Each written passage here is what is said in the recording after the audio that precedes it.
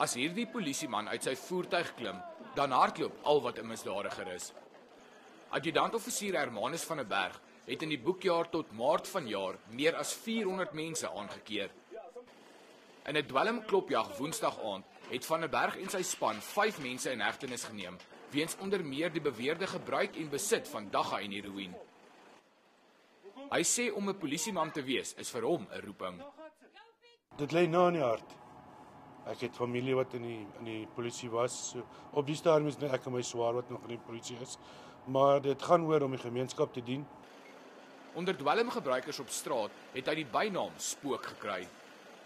Hulle sê as terwyl hulle besig is om sy heroïne op te trek uit die doppie uit of om sy joint te rol en goed. Hy sê moenie aan spook dink nie, want ewe skielik as hy opkyk terwyl hy besig is om sy joint te rol of goed te trek, as hy opkyk dan staan ek reg voor hulle. Van der Berg praat met groot lof van die span wat saam met hom werk. Ek kan dit nie doen sonder my span nie.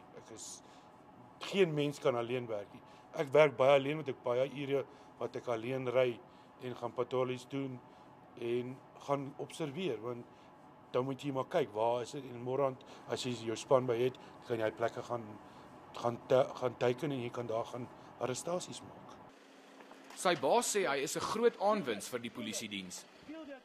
Hy is absoluut uitsonderlik.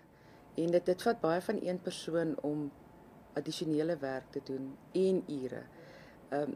Dit is absolute motivering agter homself, vir homself en vir die lede en hy dra eintlik die stasie.